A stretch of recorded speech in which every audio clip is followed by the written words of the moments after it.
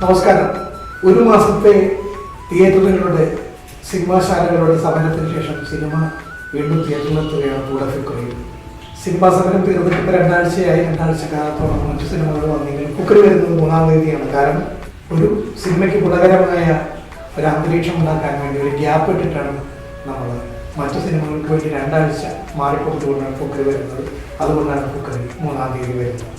എൻ്റെ മുൻകാല ചിത്രങ്ങൾക്ക് നിങ്ങൾ തന്നിട്ടുള്ള സ്നേഹവും സഹകരണവും വൻ വിജയവും ഈ സിനിമയ്ക്കും നൽകണം എന്ന് അഭ്യർത്ഥിക്കുകയാണ്, അപേക്ഷിക്കുകയാണ്.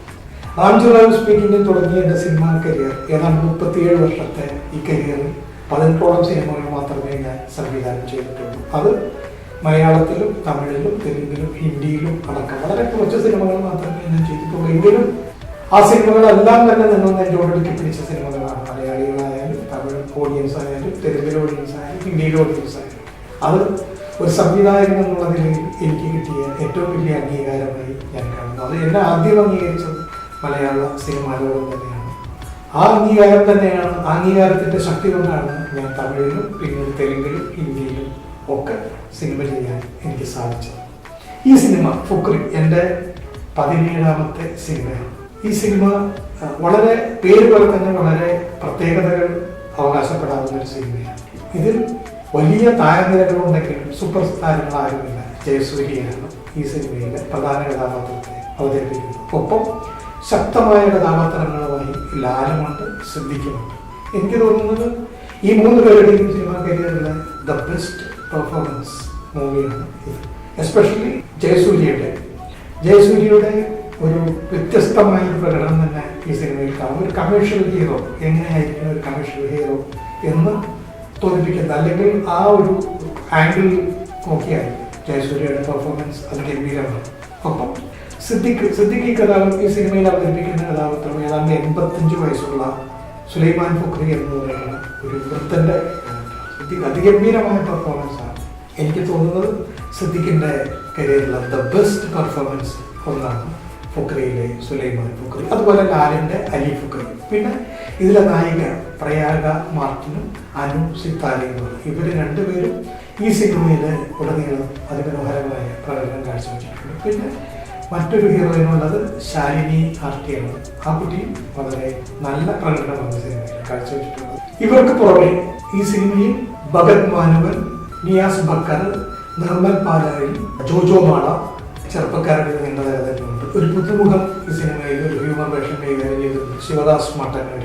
ഇവരെല്ലാം തന്നെ അതിഗംഭീരമായ പെർഫോമൻസ് ആണ് ഈ സിനിമയിൽ കാഴ്ചവെച്ചിരിക്കുന്നത്. എസ്പെഷ്യലി നിർമ്മൽ പാലാഴി മലയാള സിനിമയിൽ ഒരു അംഗീകരിക്കപ്പെട്ട ഒരു ഹ്യൂമർ താരമായി മാറുന്നു എന്നും കൂടിയുള്ളതാണ് ഈ സിനിമയുടെ മറ്റൊരു പ്രത്യേകത. ഇനി എടുത്തു പറയാവുന്നത് സീനിയർ താരങ്ങളായ KPSC ലളിത ചേച്ചി, ജനാർദ്ദനൻ ചേട്ടൻ, ശ്രീലത ചേച്ചി, റീന, തസ്നി ഖാൻ, അങ്ങനെ ഒരുപാട് താരങ്ങൾ ഈ സിനിമയിലുണ്ട്. ഒരു സ്റ്റാർ സ്റ്റഡാണ് ഈ സിനിമ. സൂപ്പർ സ്റ്റാർ ഇല്ലെങ്കിൽ പോലും ഈ സിനിമയുടെ കഥ വികസിച്ചു വരുന്നത് 2 കുടുംബങ്ങളിലുള്ള ഈ കഥാപാത്രം ചെല്ലുന്നത് ഇടത്താണ്. ഈ ഫുക്കറി കുടുംബത്തിലും പിന്നെ ഒരു ബ്രാഹ്മൺ കുടുംബത്തിലും ജയസൂര്യയുടെ കഥാപാത്രവും അവരുടെ കൂട്ടുകാരും ചെല്ലുന്നിടത്താണ് ഈ കഥയുടെ രസകരമായ ഭാഗങ്ങൾ.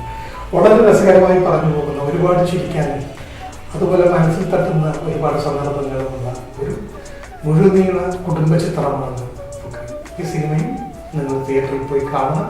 ഈ സിനിമയ്ക്കും ഒരു വൻ വിജയം നിങ്ങൾക്ക് തരണം എന്ന് അഭ്യർത്ഥിക്കുക. ഈ സിനിമയുടെ സെറ്റിൽ വെച്ചിട്ടാണ് ഗോഡ് ഫാദറിന്റെ 25ാം വാർഷികം ഞങ്ങൾ ആഘോഷിച്ചത്. അവിചാരിതമായിട്ടാണെങ്കിലും ആ ആഘോഷവേളയിൽ ലാല് സെറ്റിലുണ്ടായിരുന്നു. അതുപോലെ അന്ന് സിനിമയിൽ ഗോഡ് ഫാദറിൽ അഭിനയിച്ച സിദ്ദിഖ് ഉണ്ടായിരുന്നു, പിന്നെ തസ്നി ഖാൻ ഉണ്ടായിരുന്നു.